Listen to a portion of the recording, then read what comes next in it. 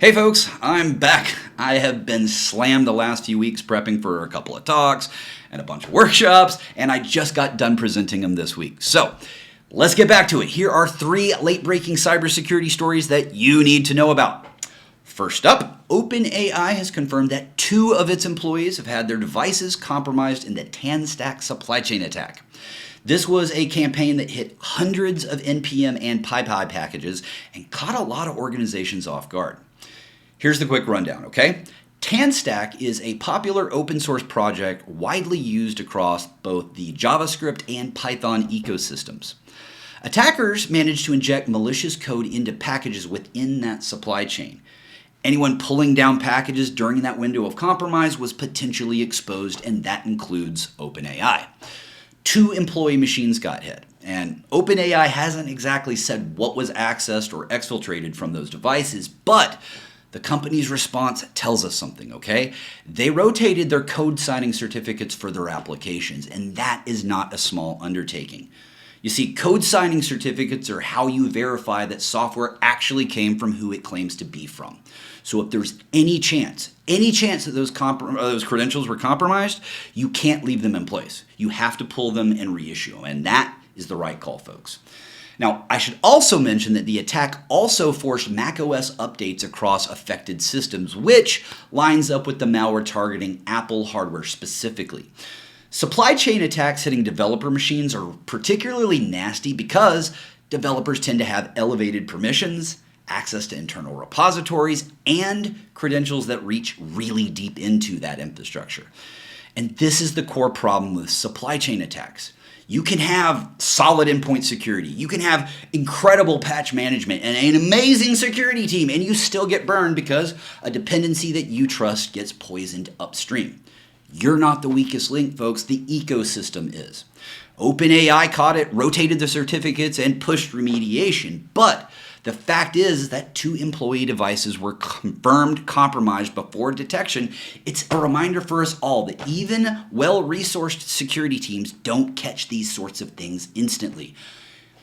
Hundreds of packages were affected in this campaign here, folks. So if you run NPM or PyPI in your pipeline, you need to audit what you pulled down during that window. Don't assume you're clean.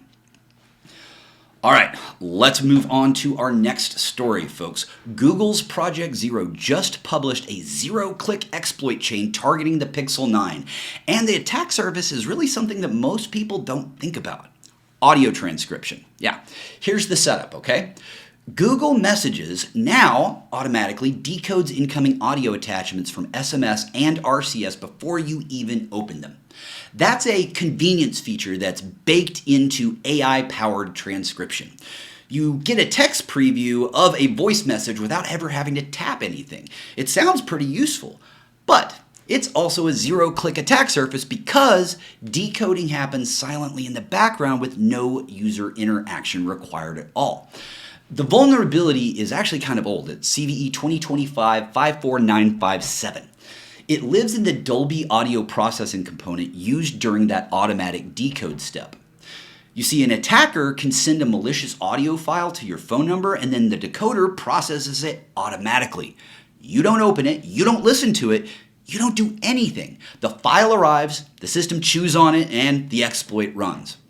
Now, Project Zero published this as part of a multi-part series. Part 3 covers a broader implications and really how there's a follow-up now targeting the Pixel 10, which shows that patching one device doesn't close the story. When they hardened the Pixel 9 attack path, researchers found a different window on the next generation hardware. Again, the underlying problem isn't a single bug, it's the design pattern itself. Every new AI feature that processes content automatically before any sort of interaction by the user, this is now a zero-click attack surface. Transcription, smart replies, image analysis, all of it runs on incoming data that you haven't chosen to open. And that's the trade-off that nobody explains when these sorts of features ship. So, if you're on a Pixel, check your security patch level and make sure that you're current.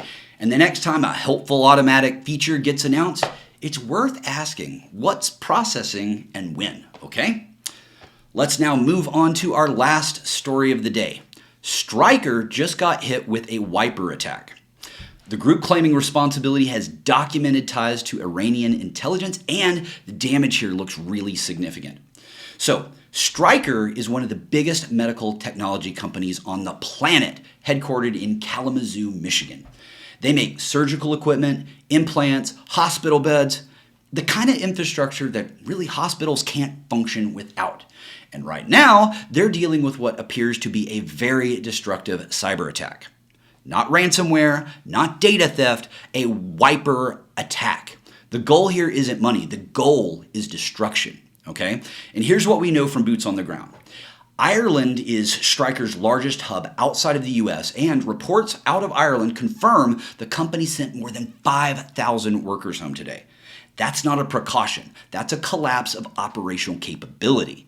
Meanwhile, callers reaching Stryker's main US headquarters are getting a voicemail message saying the company is experiencing a building emergency. A building emergency. That's the language that they chose. Okay.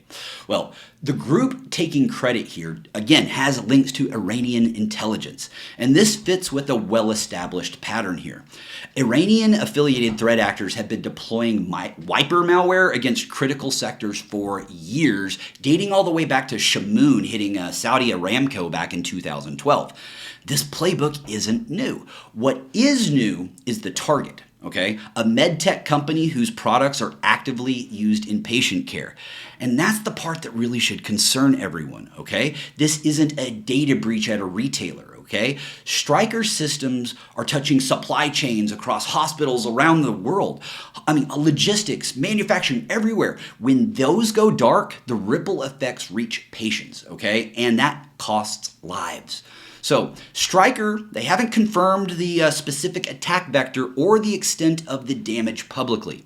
The hacktivist groups have claimed that independently have not been verified yet. But, again, 5,000 workers being sent home and a building emergency voicemail, they don't suggest a minor incident here. This one, folks, is worth watching closely. All right, folks, well, that about wraps up today's stories. This is Andy Thompson signing off.